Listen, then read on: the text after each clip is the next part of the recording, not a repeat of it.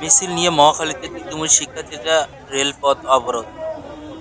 সরকারি তিতুমির কলেজকে বিশ্ববিদ্যালয়ে ঘোষণার দাবিতে বিক্ষোভ মিছিল নিয়ে মহাখালীর রেলপথ অবরোধ করেছেন শিক্ষার্থীরা। সরকারি তিতুমির কলেজকে বিশ্ববিদ্যালয় ঘোষণার দাবিতে বিক্ষোভ মিছিল নিয়ে মহাখালীর রেলপথ অবরোধ করেছেন শিক্ষার্থীরা। এতে ঢাকা রেলওয়ে স্টেশন থেকে ছেড়ে আসা একটি ট্রেন আটকে গেছে। লাল পতাকা দেখিয়ে ট্রেনটিকে থামানো হয়। সোমবার ৩ ফেব্রুয়ারি বিকাল ৩টা ৪০ মিনিটে রেলপথ অবরোধ করেন শিক্ষার্থীরা।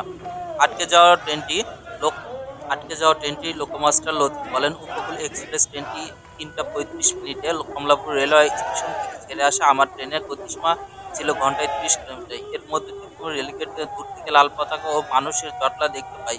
পরে ট্রেনটি দ্রুত সিদ্ধান্তের ভিত্তিতে গতি কমিয়ে থামাতে সক্ষম হই। বিষয়টি ঊর্ধ্বতন কর্মকর্তাকে জানিয়েছি। হঠাৎ ট্রেন থামানো ব্রেক খেতে হয়েছে, তবে কোনো সমস্যা হয়নি। এর আগে সরকারি তিতুমির কলেজকে স্বতন্ত্র কলেজে রূপান্তরের দাবিতে আবারও সরকার অবরোধ করেছে শিক্ষার্থীরা। পূর্ব ঘোষিত অনুযায়ী গুলশান লিংক রোড অবরোধ করেন তারা। ফলে লিংক রোডের উভয় পাশে সড়কের যান চলাচল বন্ধ হয়ে যায়। শিক্ষার্থীরা বলেন, যতক্ষণ পর্যন্ত দাবি আদায় না হবে ততক্ষণ পর্যন্ত আন্দোলন চলবে। অবরোধ চলাকালীন জরুরি প্রয়োজনে বের হওয়া অ্যাম্বুলেন্স ও রোগী পরিবহন গাড়ি ছাড়া অন্য কোনো গাড়ি চলতে দেওয়া হবে না।